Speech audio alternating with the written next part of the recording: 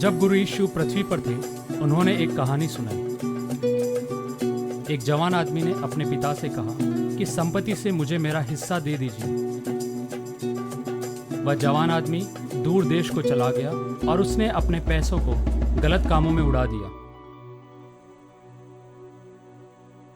जब उसका सब कुछ खर्च हो गया, तब उसने सबसे नीच मजदूरी को चुना, सूअरों को चराना। एक दिन वह होश में आया। उसने सोचा कि मेरे पिता के कितने ही मजदूर हैं जिनके पास खाने के लिए भरपूरी है और मैं यहाँ भूखा मर रहा हूं। मैं अपने पिता के पास वापस जाऊंगा और कहूंगा कि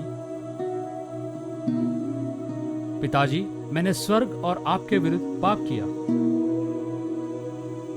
मैं अब आपका बेटा कहलाने योग्य नहीं हूं। कृपया मुझे अपने एक मजदूर की तरह रख ले।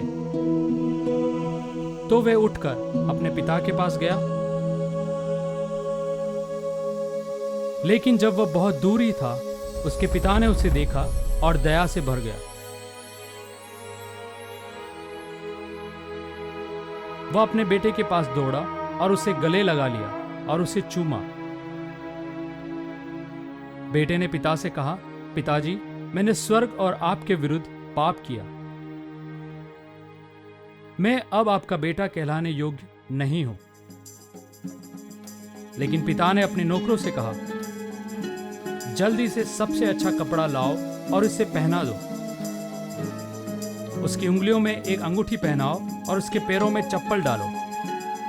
आओ हम दावत करें और खुशियां मनाएं, क्योंकि मेरा यह बेटा खोया हुआ था और अब यह मिल गया है।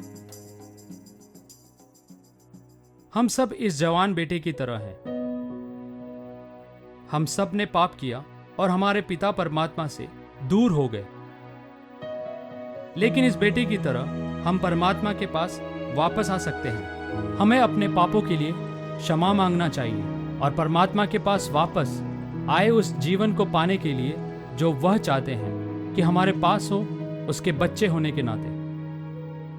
सद्गुरु यीशु ने कहा कि मार्ग, सत्य और जीवन मैं ही हूं।